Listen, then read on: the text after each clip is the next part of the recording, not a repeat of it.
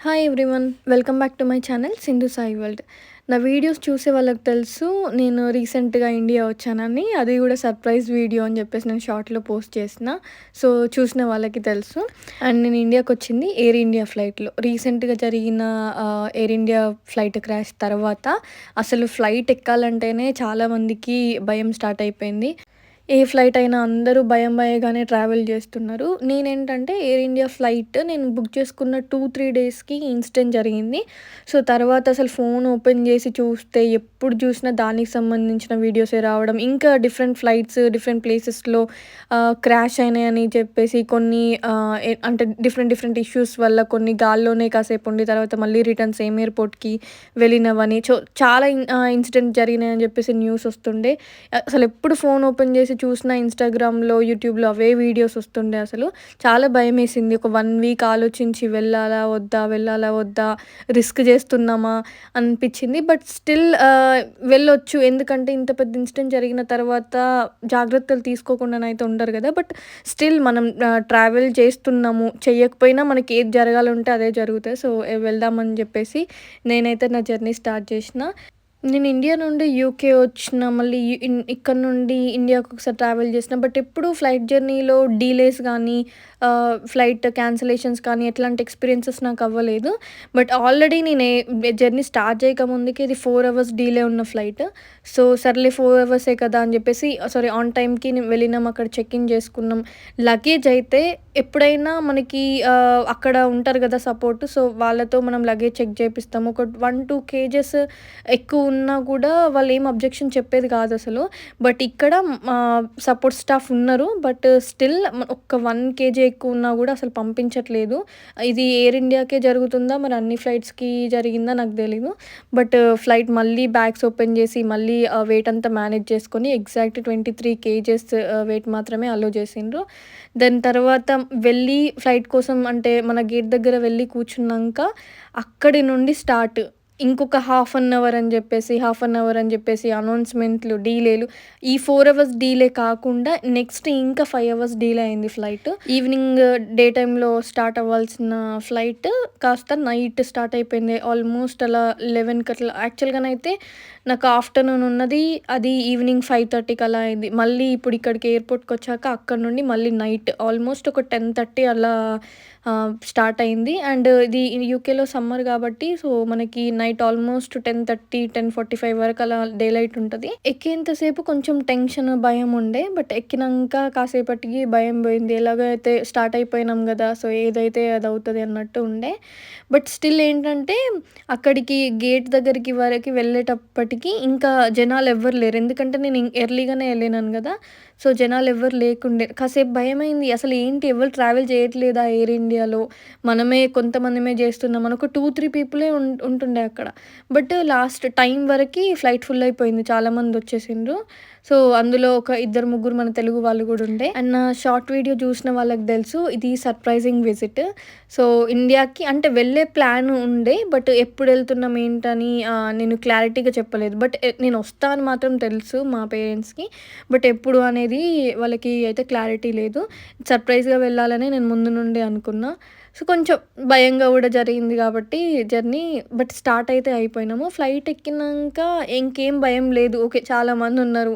ఏం గాదు. మనం ఒక్కరం ట్రావెల్ చేయట్లేదు అన్న ధైర్యం ఉండే. ఫ్లైట్ ఎక్కక ముందుకు చాలా వీడియోస్ వస్తుండే గదా ఇన్‌స్టాగ్రామ్‌లో. ఎయిర్ ఇండియాలో ట్రావెల్ చేసిన వాళ్ళందరికీ ఫెసిలిటీస్ ఏం కరెక్ట్‌గా లేవు. అంటే స్టాఫ్ ఎవ్వరు సపోర్ట్‌గా లేరు అని జెప్పేసి వీడియోస్ వస్తుండే. బట్ నేనెక్కిన ఫ్లైట్‌లో మాత్రం అట్లా ఏం లేదు. బట్ నేను ముందు అంటే ఈ ఎయిర్ ఇండియా ఫ్లైట్ నేను ఎక్కడానికన్నా ముందు ఒక 2-3 పీపుల్‌తోని నేను మాట్లాడిన. సో, వాళ్ళు గూడా ఎయిర్ ఇండియాలోనే ట్రావెల్ చేసిండ్రు. సో, ఎట్లాంటి ఇబ్బంది లేదని చెప్పిండ్రు వాళ్ళైతే.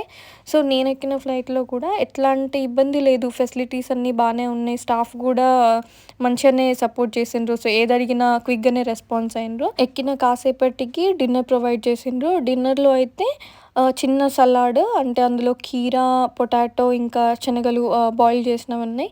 అండ్ ఇంకా రైస్, చికెన్ కర్రీ, ఒక బన్. సో, అది బ్రెడ్ కానీ, బన్ కానీ అదైతే మ్యాండేటరీ. నేను ఇన్ని సార్లు ట్రావెల్ చేసినప్పుడల్లా అది కంపల్సరీ ఉంటది.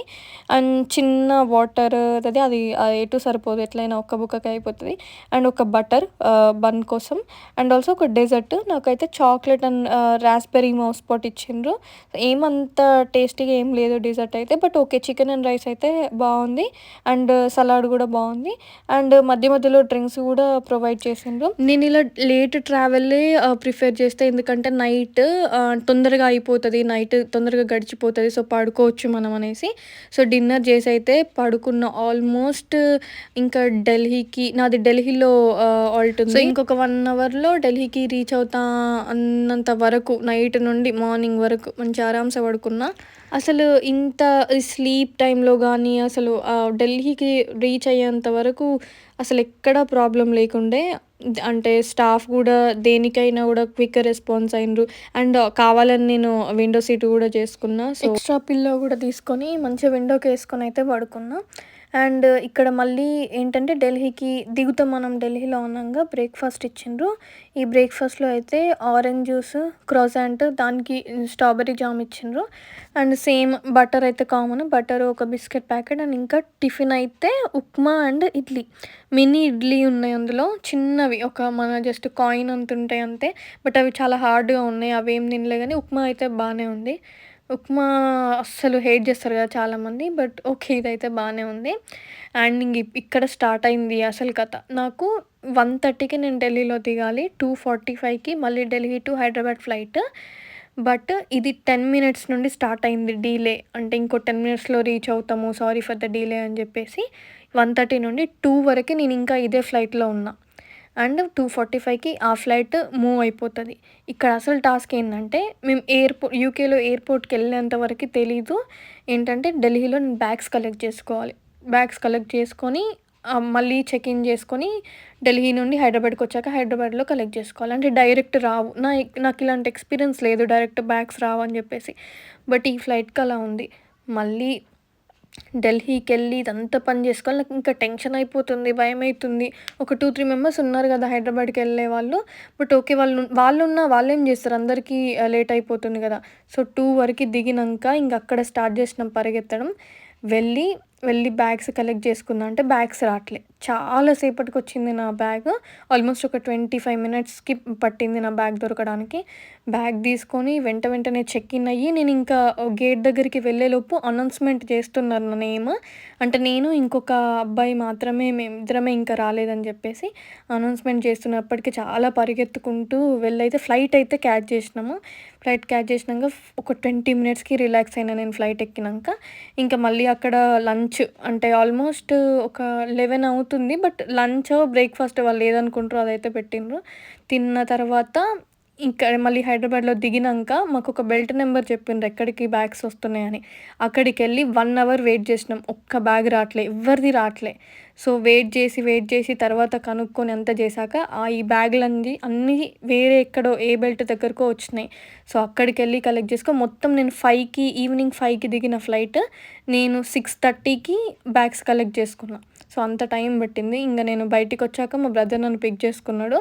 సో, అక్కడి నుండి మళ్ళీ వరంగల్‌కి, నేను హైదరాబాద్ టు వరంగల్ ట్రావెల్ చేయాలి. సో, నైట్ ఆల్మోస్ట్ 10 అయింది. సో, అక్కడ నుండైతే మీకు తెలుసు. సో, ఇది సర్ప్రైజ్ విజిట్ ఎట్లా అయిందని చెప్పేసి. సో, ఎలా అయితే ప్లాన్ చేసుకున్నామో దానికి తగ్గట్టు సర్ప్రైజ్ అయితే అయిండ్రు మా పేరెంట్స్. బట్ దాని తర్వాత ఇంకా నెక్స్ట్ డే ఇంకా మా మామ వాళ్ళకి, వీళ్ళకి గూడా సర్ప్రైజ్ చేసిన. బట్ ఇక్కడ నేను అనుకున్నట్టు మాత్రం నాకొక మెమరీ ఉంటది లైఫ్‌లో, ఇట్లా ఇట్లా జరిగింది అని చెప్పేసి అని నేనిది ప్లాన్ చేసుకున్నా. అండ్ మా కొత్తింటికి రీసెంట్‌గానే మేము ఇల్లు కన్‌స్ట్రక్షన్ చేసుకున్నాం గదా! సో, మా కొత్తింటికి రావడం గూడా ఫస్ట్ టైమ్. సో, నేను హౌస్ వార్మింగ్ మిస్ అయిపోయినా. అండ్ ఇది ఒక 1 వీక్ అంటే 8 డేస్ ట్రిప్ యాక్చువల్‌గా. రిటర్న్ ఫ్లైట్ గూడా ఎయిర్ ఇండియానే గదా! ఇంకా అక్కడ పెద్ద స్టోరీ జరిగింది. Return flight first 4 hours delay, then తర్వాత అది 8 అవర్స్‌కెళ్ళింది. అది ఆల్మోస్ట్ ఇంకా డిలే పెంచుకుంటూ పోయి లాస్ట్‌కి ఫ్లైట్ క్యాన్సిల్ అయిపోయింది. సో, నేను 8థ్ డేన రిటర్న్ ట్రావెల్ కావాల్సింది, ఆ ఫ్లైట్ క్యాన్సిల్ అయిపోయింది. ఇంకా నాకు అప్పటికి హెల్త్ కూడా కొంచెం బాలేకుండే. ఇండియాకెళ్ళాక వెదర్, వాటర్ ఏది పడక కొంచెం సిక్ అయ్యుండే. సో, దానివల్ల అన్నీ ఆలోచించుకొని ఇంకా క్యాన్సిల్ అయిన ఫ్లైట్‌ని వదిలేసి తర్వాత నేను మళ్ళీ ఫ్లైట్ బుక్ చేసుకున్నా. సో, నాకు కావాల్సిన ఫ్లైట్ నా రిక్వైర్మెంట్స్‌లో నాకు మళ్ళీ 1 వీక్‌కి దొరికింది. సో, 2 వీక్స్ ఉండాల్సొచ్చింది నేను ఇండియాలో. సో, అనుకున్నట్టు అంటే సేఫ్‌గానే రీచ్ అయినా, మంచి ప్లాన్ అంతా బానే ఉంది గానీ, రిటర్న్ ఫ్లైట్ మాత్రం చెత్త అసలు.